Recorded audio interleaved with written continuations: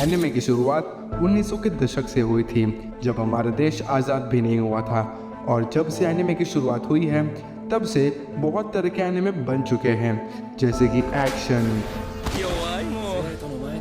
Magic,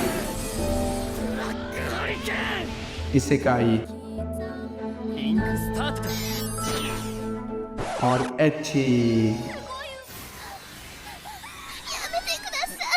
मुझसे बहुत बड़ी गलती हो गई कि मैंने ये एनिमे देख लिया, क्योंकि ये एनिमे लिटरली तुम्हारे इंट्रूसिव थॉट्स को रियलिटी में करता है। और अगर तुम इसके बारे में सर्च करो तो तुम्हें इसके जॉनर में कॉमेडी, रोमांस या शोनेन मिलेगा, विच इजंट ट्रू, क्योंकि it should be tagged Aichi या हरेम फॉर शॉर्ट। और इसके क्रिएटर है रेजी मियाजिमा। भाई कसम से शक्ल से जितना इनोसेंट लगता है ना, उतना ही गलीज हरामजादा है। Nice. The thing is, rent a girlfriend एक बहुत sarcastic एनिमे है जो throughout the series tries to play with your mind. जैसे कि कभी भी मेन कैरेक्टर अचानक से एक ऐसी सिचुएशन में चला जाएगा जहां वो और उसके बंदे अकेले हैं, या फिर अचानक से वो कुछ ऐसा देख लेगा जो तुम्हें बिल्कुल अच्छा नहीं लगेगा, बट अंदर ही अंदर तुम भी थोड़ा और चाहोगे।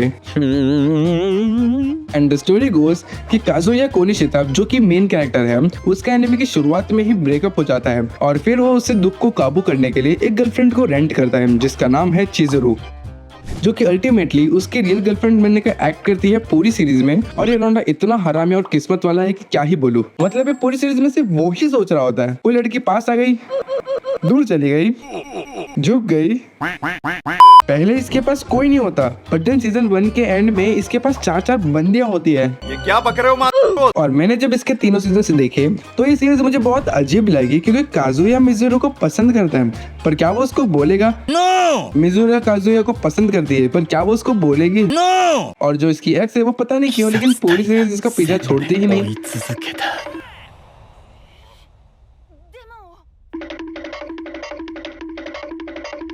और जो रुका है वो इसको बहुत पसंद करती है, पर क्या ये उसको चाहता है? No! मतलब ये तो वही हो गया ना, जो लड़की हमें चाहिए उसे हम नहीं चाहिए, और जिसे हम चाहिए वो किसको चाहिए।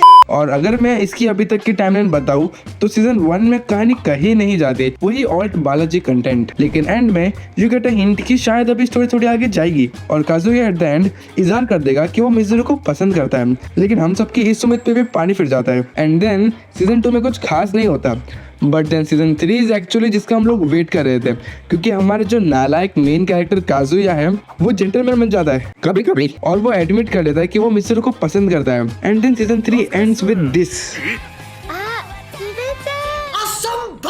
शिट। मतलब आगे सीजन 2 के बाद हमें कहीं भी नहीं दिखती और फिर ये वापस उसकी जिंदगी में एंट्री मारती है। ये क्या सलमान भाई की मूवी है क्या? स्वागत नहीं करोगे आप हमारा? लिटरली काजुया का बेस्ट मोमेंट चल रहा है अभी, क्योंकि अभी ये दोनों सबसे क्लोजेस्ट हैं, लेकिन क्या हमें इन दोनों का मिलन देखने को मिलेगा? नहीं। सारे मिलके हमको पागल बना रहे मादर के बच्चे। जो कि जितना मुझे मालूम है हमें इसके 1-2 सीजन बाद ही देखने को मिलेगा, क्योंकि जिस तरीके के इनके विचार है ये हमें ऐसे ही तड़पाएंगे। मैंने बोला ना, ये राइटर नहीं, एक नंबर का ठुरकुल्ला ठुरकुल्ला। कोई नहीं, वो डायलॉग है ना, थप्पड़ से डर नहीं लगता सर, इससे लगता है इससे। लेकिन अल्टीमेटली तुम कुछ भी बोलो, है तो हम सब एक ही ताली के। ऑल्सो मैंने इसके एक्चुअल क्यूट रोमांटिक मोमेंट्स के बारे में कम ही बोला है, क्योंकि वो कम ही है, जो कि स्टोरी को एक ट्विस्टेड रोम कॉम का लुक देते हैं। लेकिन आखिर मैं बस इतना बोलूंगा कि देखने में तो मजा आया।